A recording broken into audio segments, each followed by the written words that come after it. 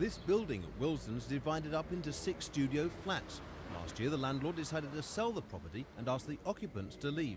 They'd all signed licence agreements which said they didn't have the same rights as tenants. But when they checked with a Brent Council housing advisor, they found that a change in the law meant they couldn't be thrown out.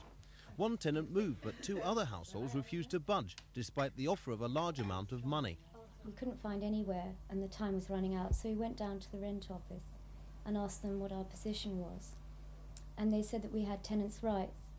When you were told to get out, what was your reaction? Panic, go out and get another flat.